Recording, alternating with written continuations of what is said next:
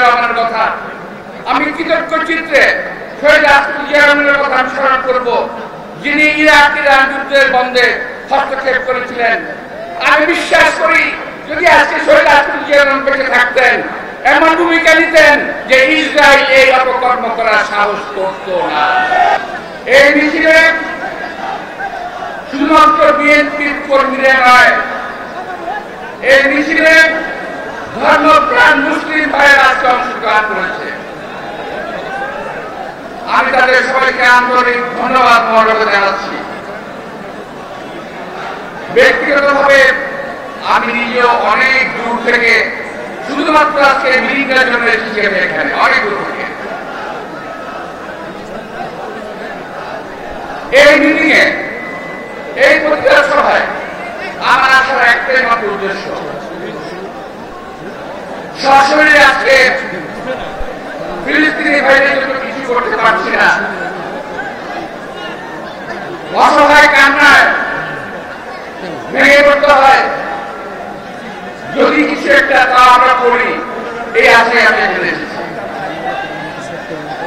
প্রিয় ভাইরা, ফিলিস্তিনি যে অত্যাচার হচ্ছে, যে নারকীয় ঘটনা ঘটছে, তা দেখে আমার মনে হচ্ছে যে এটা আজকে আমরা ভাবতে পারি যে এটা ফিলিস্তিনি মুসলমানদের প্রতি অত্যাচার করা হচ্ছে।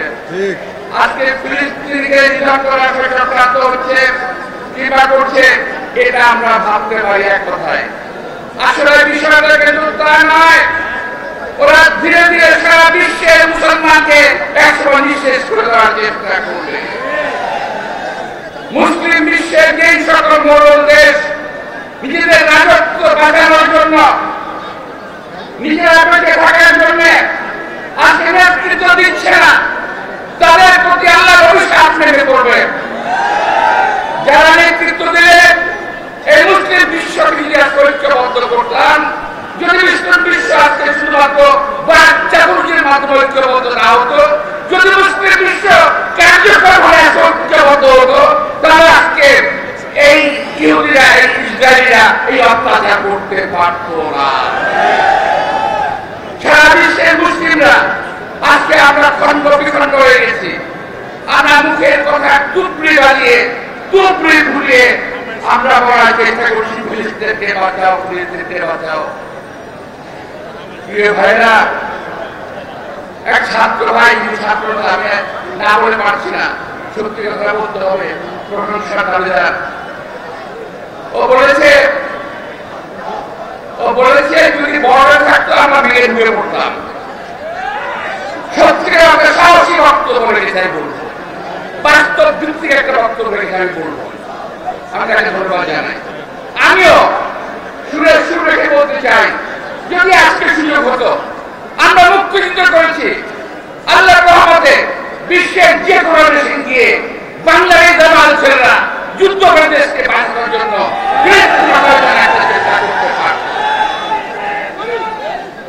আমি সেদিন পত্রিকায় দেখেছি যে বাংলাদেশের বেশ কয়েকজন যুবক ফিলিস্তিনের যুদ্ধে অংশগ্রহণ করেছে। যুদ্ধে তো নয়, যুদ্ধ তো নয়, একটা একতরফা ভাবে মুসলমান নিধন করা হচ্ছে। পত্র পত্রিকায়, সোশ্যাল মিডিয়ায় যেভাবে ছবি এসেছে, ওই ছবির দিকে তাকানো যায় না, ওটা দেখা যায় না, অসহ্য লাগে, অসহনীয় লাগে। প্রিয় ভাইরা, আজকে আমার মনে পড়ছে শহীদ রাষ্ট্রপতি জিয়া রহমানের কথা। আমি কৃতজ্ঞ চিত্রে শহীদ রাষ্ট্রপতি জিয়া রহমানের কথা আমি স্মরণ করব, যিনি ইরাক-ইরান যুদ্ধের বন্ধে হস্তক্ষেপ করেছিলেন। আমি বিশ্বাস করি যদি আজকে শহীদ রাষ্ট্রপতি জিয়া রহমান বেঁচে থাকতেন, এমন ভূমিকা নিতেন যে ইসরায়েল এই অপকর্ম করার সাহস করত না।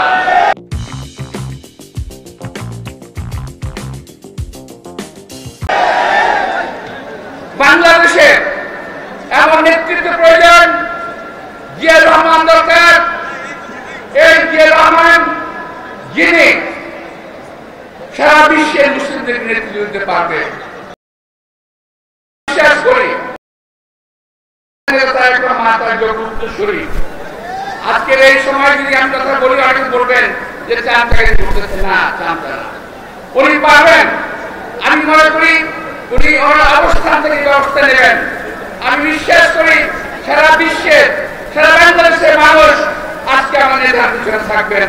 আমরাও তার প্রিয় ভাইরা, আমরা এই কথা বলে, এই সভা করে, সম্মানী প্রকাশ করে সমাজ সেবা করতে পারি, কিন্তু কার্যকর পদক্ষেপ যদি আমরা না নেই, যদি জাতিসংঘ কার্যকর পদক্ষেপ না নেয়, যদি আমরা যারা এই সমস্ত কর্মের সহযোগী তাদের বিরুদ্ধে ব্যবস্থা যদি আমরা না নেই, ইসরায়েল এই শাসন, এই অত্যাচার চলতেই থাকবে এবং একে একে তারা মুসলিম রাজ্যগুলো রাষ্ট্রগুলো ধ্বংস করে দেবে, মুসলমানদেরকে সারা বিশ্বের কোথাও টিকতে দেবে না। আমরা এটাও খেয়াল করেছি, শুধু ইসরায়েলে নয়, প্রতিবেশী দেশেও মুসলমানদের উপর অত্যাচার হচ্ছে। আমরা সেভাবে প্রতিবাদ করি না, আমার রাষ্ট্র প্রতিবাদ করে না, আমরা প্রতিবাদ করি না। আমরা এটা প্রতিবাদ করতে চাই সারা বিশ্বের মুসলমানদের যেখানে মুসলমান অত্যাচার হবে, ইনশাআল্লাহ আমরা তার বিরুদ্ধে প্রতিবাদ করবো, ইনশাআল্লাহ প্রতিরোধ করার চেষ্টা করবো।